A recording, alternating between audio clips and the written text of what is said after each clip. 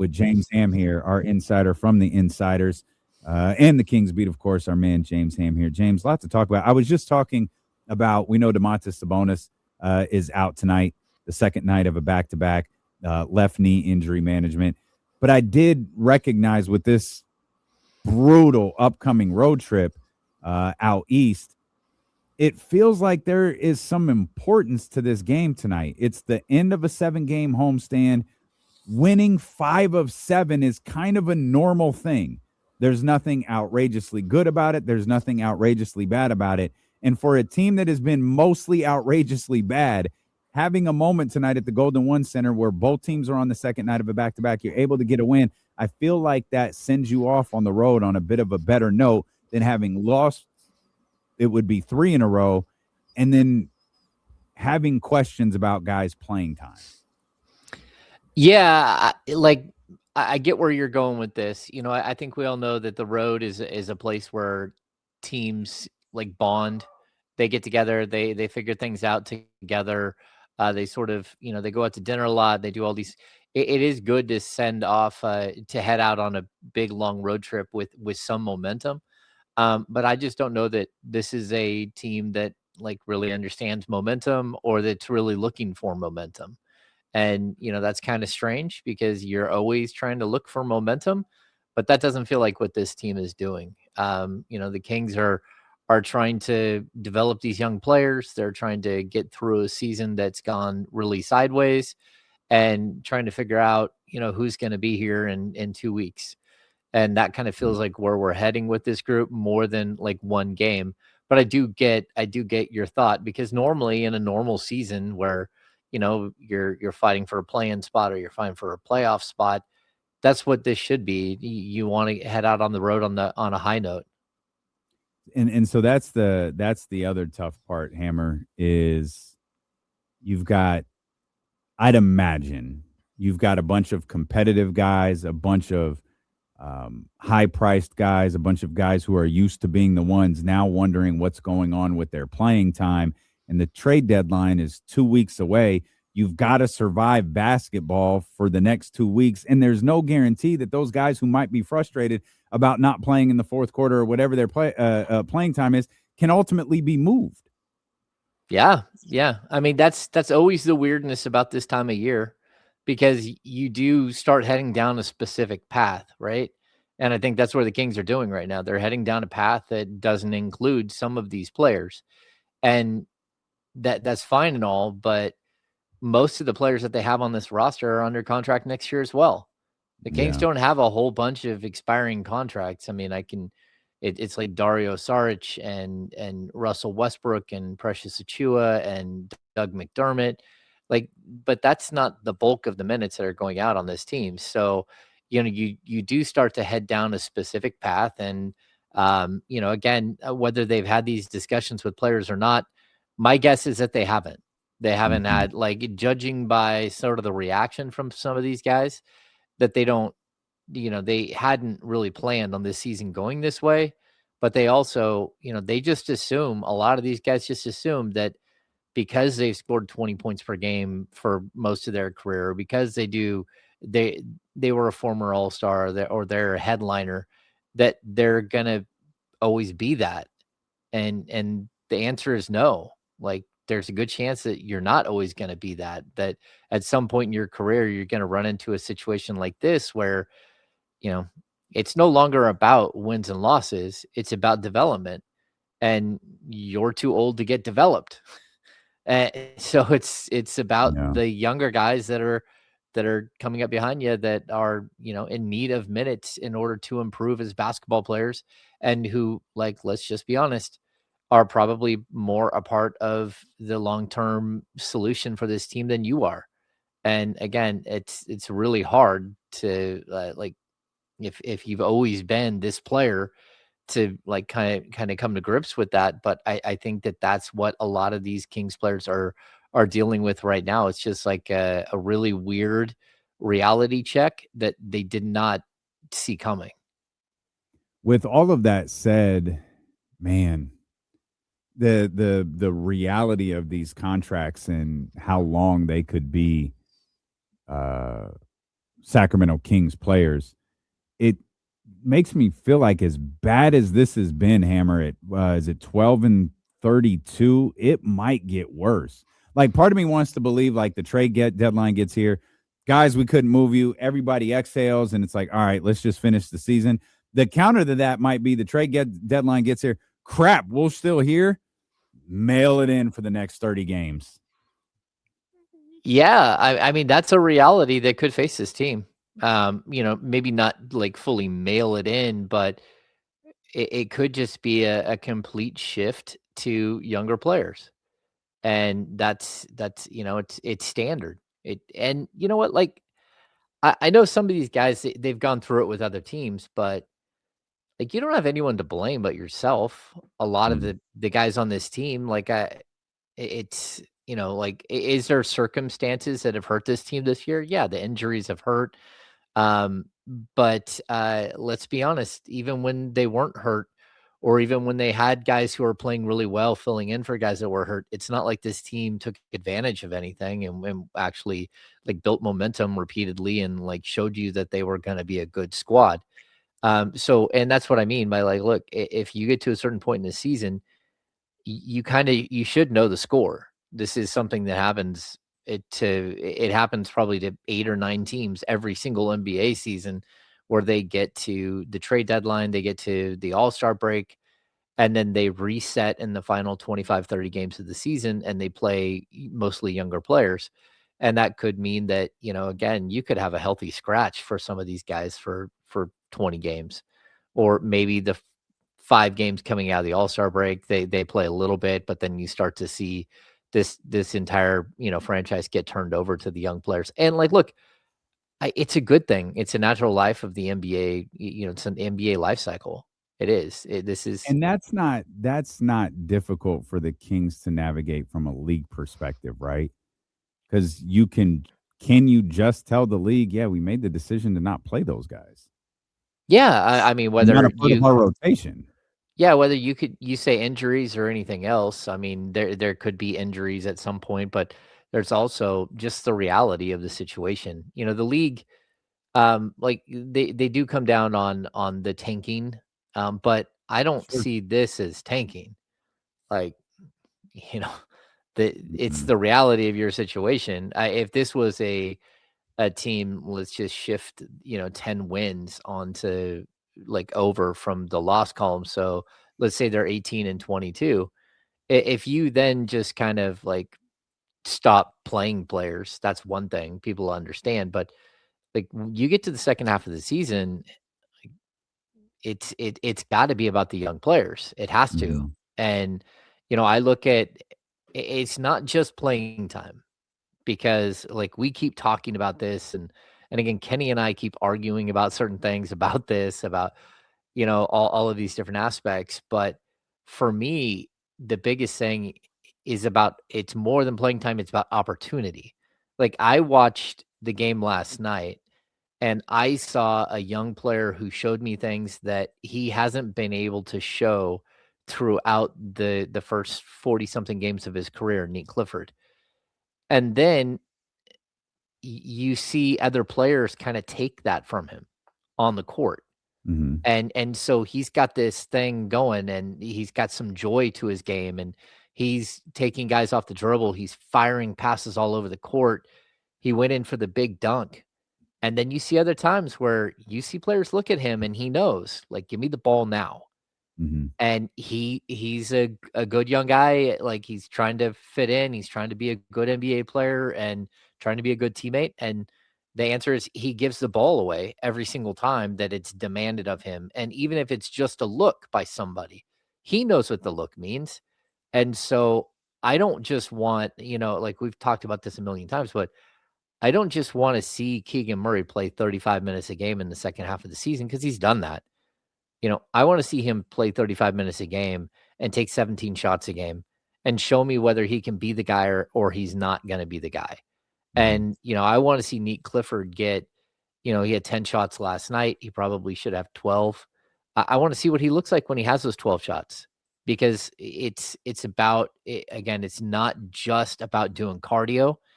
It's about going out there and actually being functional and getting a true opportunity to like become something bigger than what you are today. And so hopefully that's the way that it goes in the second half of the season. It's a really tough needle to thread, um, when it comes to, like, how do you sit your veterans down and tell them what's about to happen? Yeah. But I also think like this team is working tirelessly to clear up a lot of the players that are on this roster and to flip this roster. And whether it's right now or it's this summer or it's, going into next year's trade deadline, this roster is going to look a lot different. And a lot of these guys that, might not be happy with their lot in life right now, they can go figure out if they're going to be happy with their lot in life somewhere else. But, again, if this team was 500, we wouldn't be in this position. So who do you really have to blame for the situation you're in? You can point fingers and say, "Oh, well, the coach or whatever," but it's like, okay, like you didn't take advantage of the opportunity, and that's the way it goes. If he's here and that idea of shifting to other guys comes into play post trade deadline, do you think Keon Ellis is one of those guys? No, I mean, because I don't think he'll be here.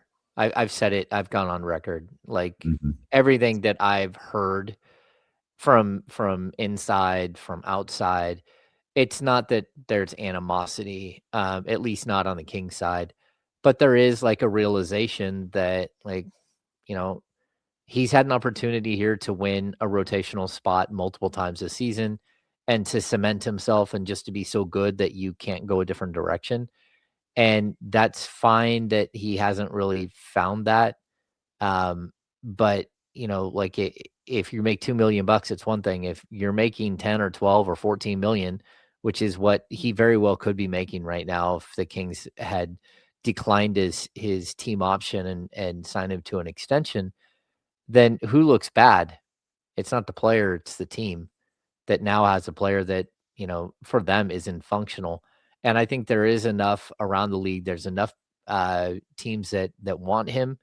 There's a huge like demand for 3-and-D wings right now, for twos and threes that, guys that can knock down a three and play defense. And Keon shoots almost 42% from three for his career. He's got, and that's, we're looking at a long enough sample size that this kid can shoot, and he's exciting on the defensive end.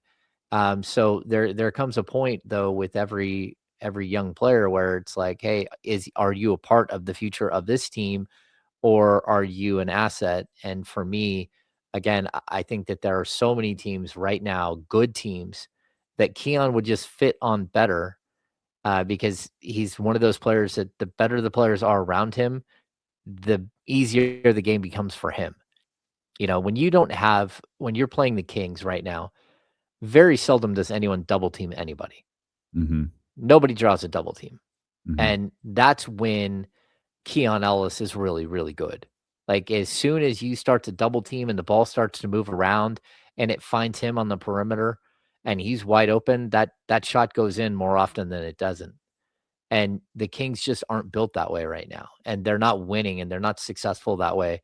So I think he's going to have a lot of success somewhere else. But I also think that like both sides have kind of come to the realization that this thing is coming to an end. And I don't think that Keon is looking forward to February 9th, where he can get a contract extension from the Kings.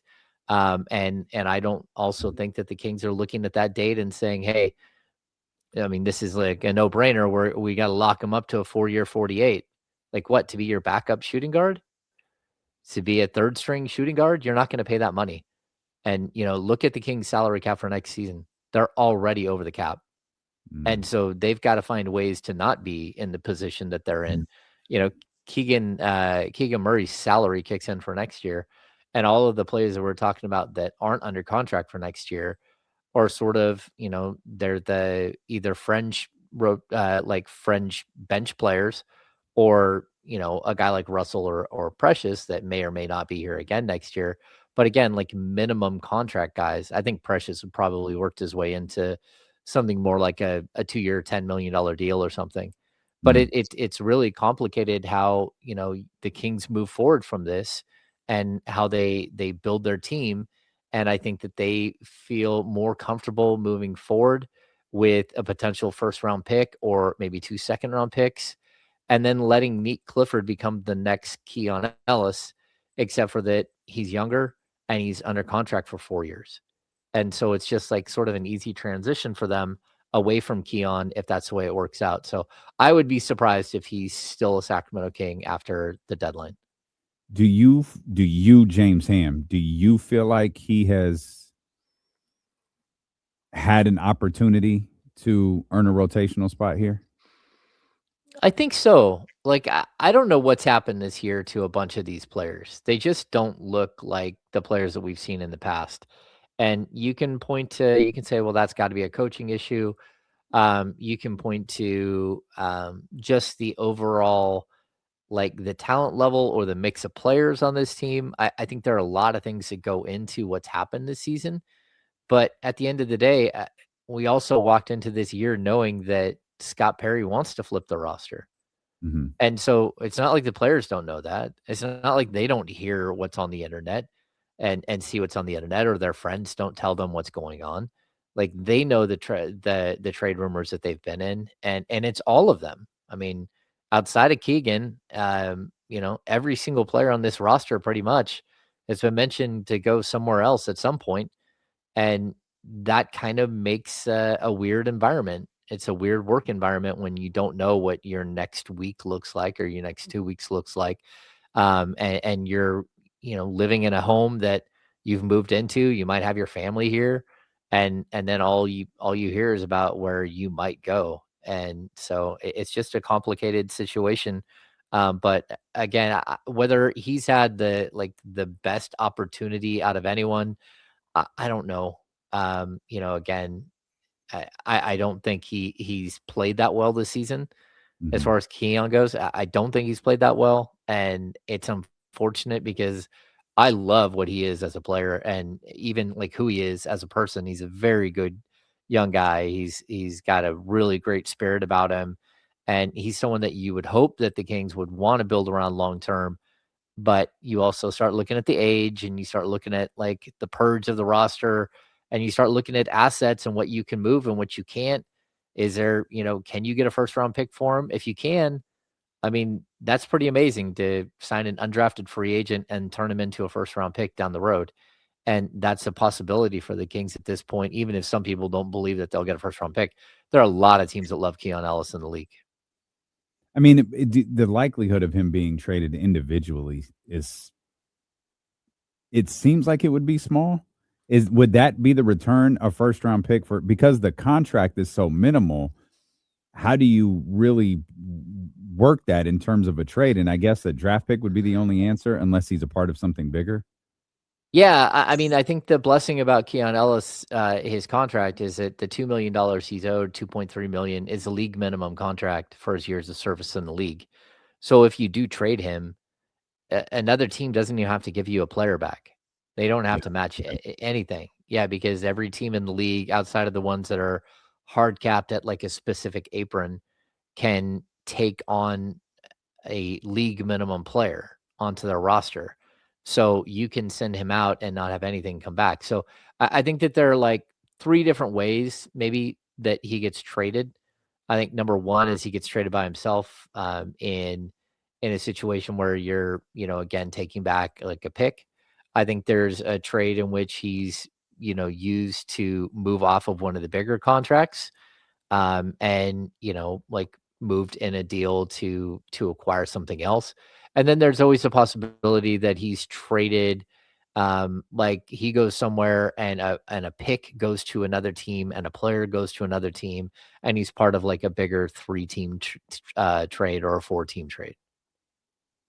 Yeah, I feel like, we've talked about Scott Perry and some of the things that he has said recently in various conversations and interviews and media appearances, where maybe he's laying the groundwork. Maybe he is attempting to move some of these guys, and he's just laying the groundwork for it not happening.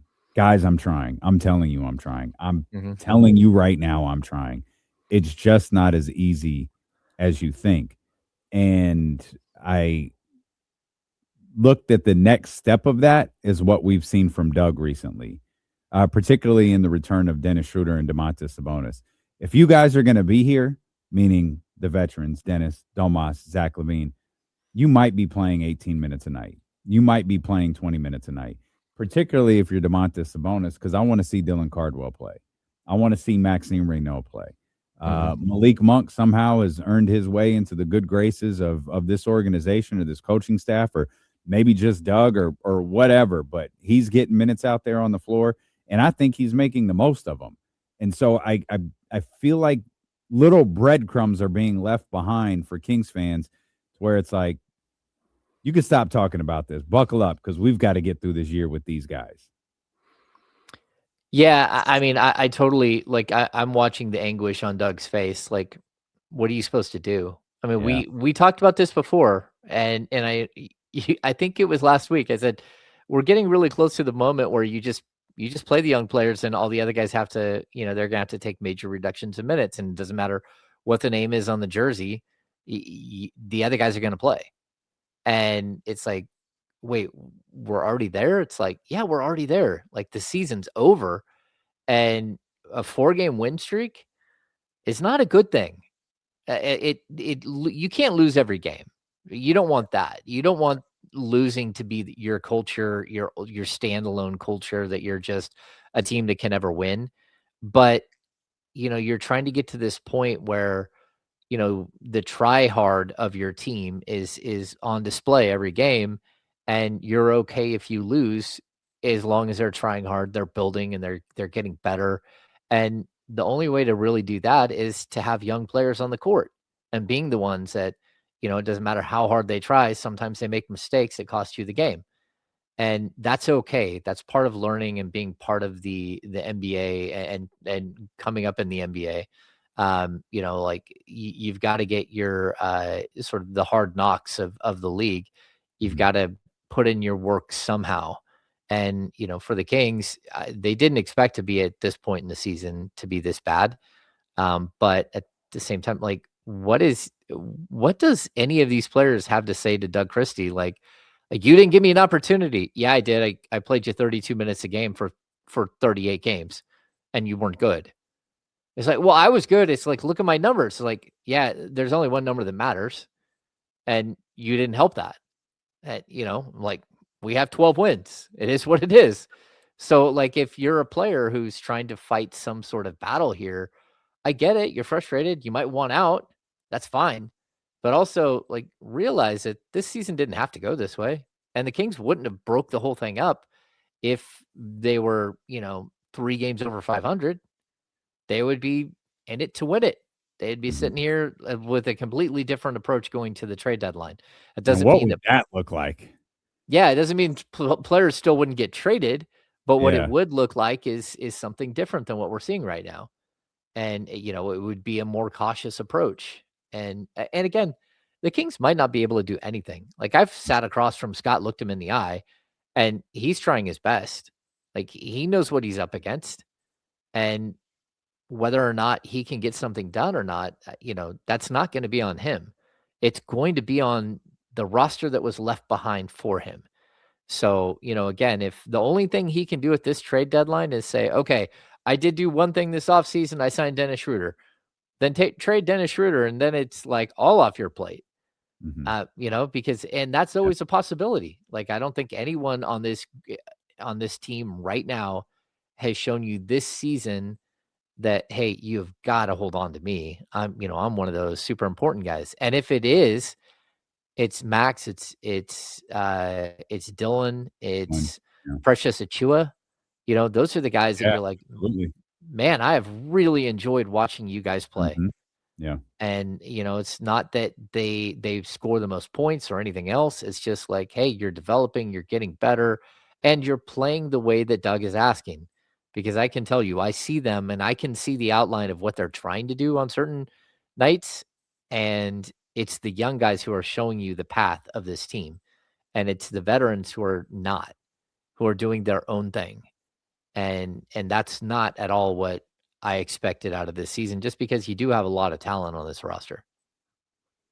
We're going to steal a couple more minutes from James Ham before we send him off to the Golden One Center. It's the second night of a back-to-back for Hammer, too. So we'll come back. We'll talk a few more Kings things before we send him on his way.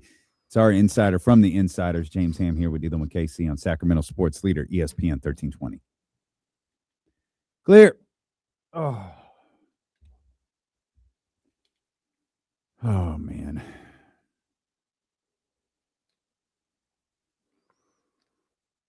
Leezy, Doug was elevated to be a player's coach and helped the locker room, but doesn't seem like it doesn't seem worse than it was before. Like, look, Doug is the equivalent of middle management. Like, the decisions that are made on this team are well above him.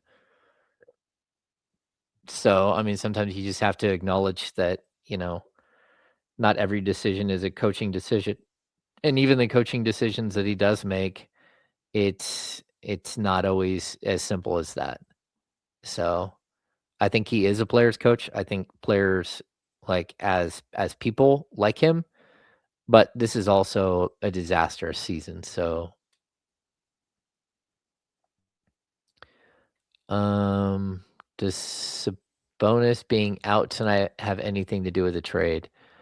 I don't think so, but I got to be honest. I don't know, because there's enough reading of the tea leaves to believe that there has been, Scooter says no, it's knee management. I was always worried about him playing the second night of a back-to-back just because they've been ultra cautious with him. At least that's what it looks like.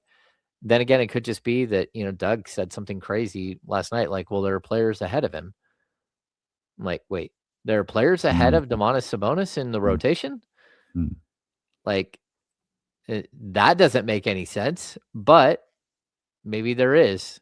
And look, I think that they are worried about the knee and him getting stronger and getting back in playing shape. But at the same time, Toronto is a team that wants Domantas Sabonis. I know that to be true. And there's a couple of teams that would like Domantas Sabonis. Whether or not they can come up, and whether they can get Domantas Sabonis out of the Kings is a whole nother question. Hector, he said there's no minutes restriction. Doug has skated the issue of whether there's a minutes restriction. There, and I mean, it's too clear. The 20 minutes, 19 minutes, 17 minutes, those look specific to me. There is a minutes restriction and they're not telling us that. So, and look, he hasn't looked 100% at all. He's still trying to work himself back in shape, and that's happening. That happens when you miss 27 games. Well, I wonder what the harm is in saying, yeah, he's on a minutes restriction. He was gone for 2.5 months. Yeah. I wonder what the harm is in that. I know. Well, it's the same thing about why don't you give a starting lineup before the games? Oh, yeah. I've got woodpeckers pecking on my house. I keep seeing them fly in. What are they doing? I don't think you're allowed to shoot them. Don't shoot any birds, just to be safe, Hammer. Don't shoot any birds. Yeah. I mean, not with a 12 gauge or something, but to scare them off with a pellet gun, BB gun. Get my Daisy Red Ryder out. However, if they start to damage your house, I have some questions about what lines we can't cross with birds. I agree. That's my house, man. And as someone who had a skunk blow up your basement, you're kind of in a mode where you're okay, I'm pretty much done with you animals everywhere. We caught a skunk on camera one night. I was looking at notifications, uh-oh, we got a ham freeze in the commercial break. I don't think that's ever happened before. A rare ham freeze. The woodpecker got him.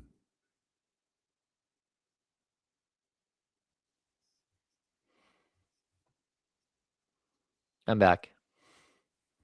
And so are we, as we had a moment where James Ham froze during the commercial break. It doesn't happen. We were wondering if perhaps the woodpecker who is destroying the side of his house got him. But it turns out it was just the classic James Ham internet freeze. But he's back here with us. That's what you think. Do you hear a woodpecker hitting my house anymore? Oh, see, James did it. James did it. James did I it. did not. I remember James, of course, famously, very recently had a skunk blow up in his basement, which is amazing. And It's not I amazing. remember It's horrific. one night we caught a skunk on one of our cameras just sashaying by the pool. And it's like, oh no, that's very much a skunk. And your girl goes, "Oh my God, look how cute it is. Just sashaying by the pool." I'm going to tell her to call her friend, Mrs. Ham, attorney at law, and ask her about a skunk blowing up in the basement. She will tell you how bad it is. It is one of the worst experiences, and it's happened at this house like 3 times.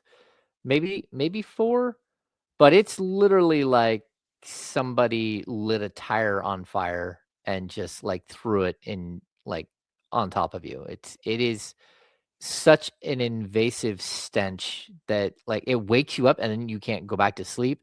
I mean, remember, I lost my voice because of it. Mm-hmm. I mean, it is Mm-hmm. horrific, and it's in your clothes, it's all over you don't want people coming over your house. Like, it doesn't get much worse than that.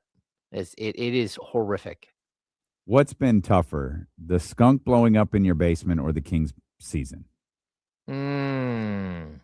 Well, the King Got- seasons lasted longer than the skunk stench. That's a very good question. I do feel like they're in the same vein, though. Mhm. Yeah, where you walk away like, "Oh," with you got stink face walking away. Yeah, Yeah, that skunk had the Zach LaVine contract and just hasn't been the same. James hasn't been the same since. yeah. Uh, Kings back on the floor tonight. They'll take on the Toronto Raptors. It's a second night of a back-to-back for both teams. Of course, we saw Toronto in Golden State play last night. The story coming out of that game was Jonathan Kaminga in his minutes. And much like the Sacramento Kings, Hammer, I don't think the Sacramento Kings are making any moves. I don't think the Sacramento Kings are going to be able to make any moves going into the trade deadline. I don't think it's going to be for a lack of trying. I don't think Jonathan Kaminga is playing anywhere other than a Golden State Warrior uniform come February 7th. Yeah, just what a weird situation. Just to like again, you reap what you sow. Like I watched Mike Dunleavy's comments last night and like, man, I don't know what to tell you. You want to sit there and there Never is no seen demand. anything like that before.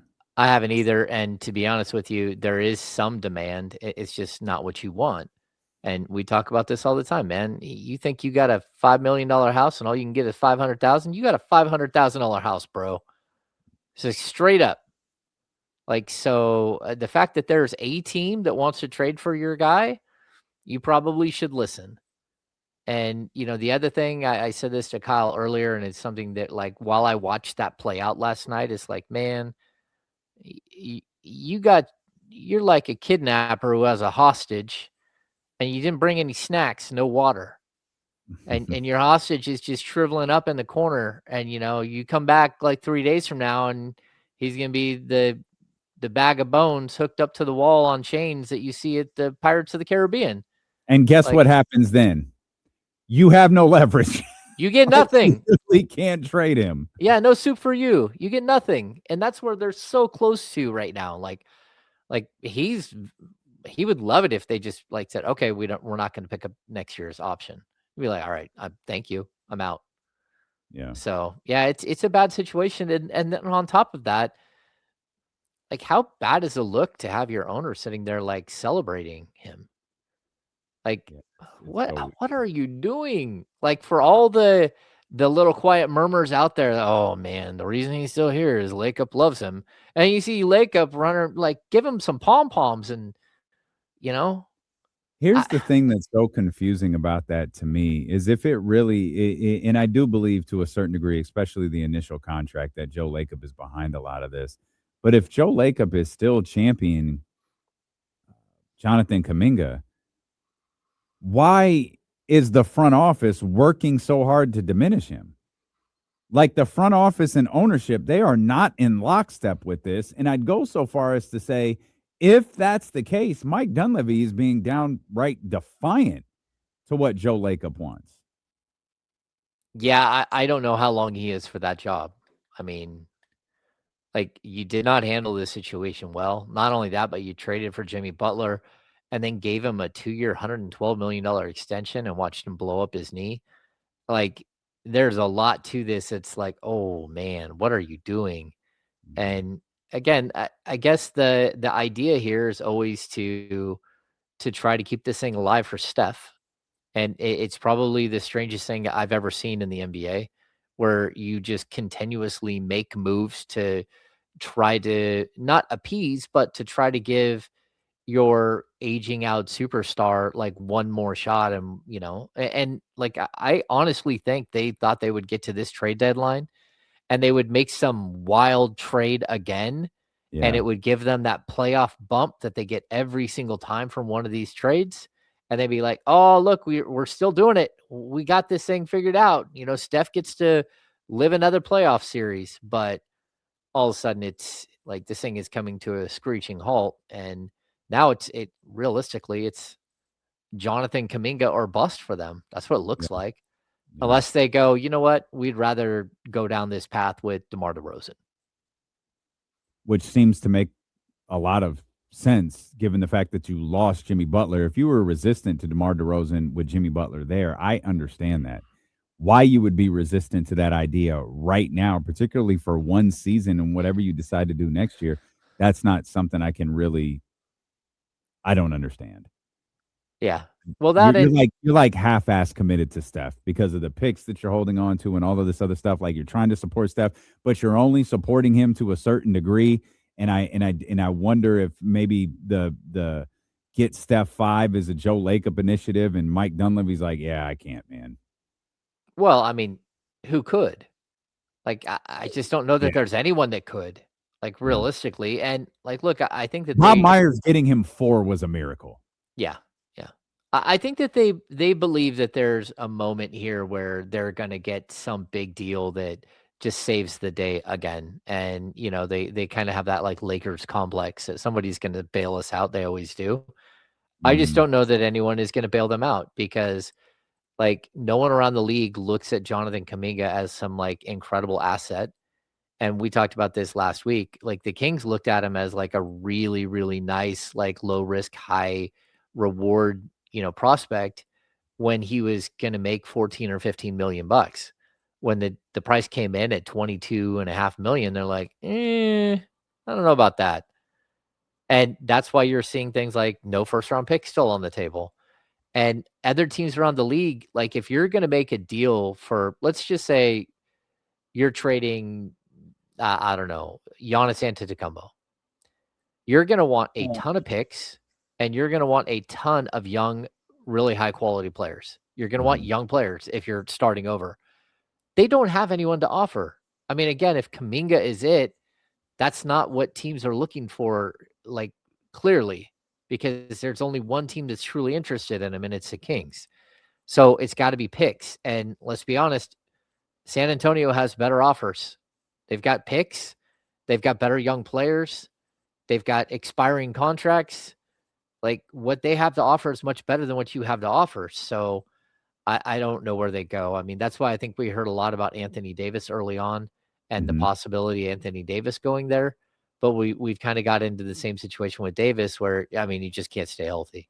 And it's now a wrist thing, and they're not shutting him down for the season, but that doesn't mean he's going to play major minutes. And if it's not the wrist injury with AD, there'll be something else 2 weeks later when he does come back because that's just the way his career's gone. It's always interesting, Hammer, before we let you get out to the Golden One Center, to watch teams who are up and down at this time of year because we are, Friday, we're 2 weeks away from the trade deadline. And one of the teams that has been mentioned a lot in trade talks is the team that we're seeing tonight at the Golden One Center, the Toronto Raptors. Mm-hmm. The other one is the Minnesota Timberwolves, who, if Yeah. you're not paying attention, has lost 3 in a row. And those are, again, the losing 3 in a row through an entire, it's not that big of a deal. But when you lose games around the trade deadline, and your team has been referenced on Hoops Hype and the different insiders and the different podcasts, it takes on a different context where you perk up and it's like, Are they ready to make a move that involves, and the one obviously with them is the Malik Monk idea? Yeah, I think Minnesota, and then I'll throw the Knicks in there too. Man, the Knicks are not playing well at all, and they had interest this summer in Dennis Schroeder, and they've had interest during the season in Dennis Schroeder. Like, I think there's a possibility that like there's only one small trade that happens, and it's Keon Ellis going somewhere. I also think that there's a possibility that the floodgates just open, and it's like, hey, we got Malik going to Minnesota, we've got, you know, we've got Dennis going to New York. We've got Zach going to Milwaukee. We got Domas going to Toronto or to Atlanta.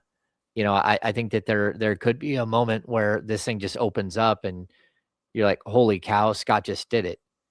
So, but I don't know. And I don't think Scott knows because it takes, it takes two to tango. And sometimes in today's modern NBA, it takes 3 or 4 to tango. And that's just because, the salary cap restrictions are so tough. So I'm still holding out that that there will be major changes. I think that there's a possibility that it's only like 1 or 2 really small things that happen, but I'm still holding out hope that something that moves the needle and changes the direction of the franchise is going to come through the door here in the next like 2 weeks. Well, I hope you're right, Hammer, but we're going to let you go through the door and get out to the Golden One Center. It's the Kings and the Raptors tonight. We'll see you tomorrow at 10 a.m., my friend. Sounds good, guys. All right. Thanks, Hammer. SR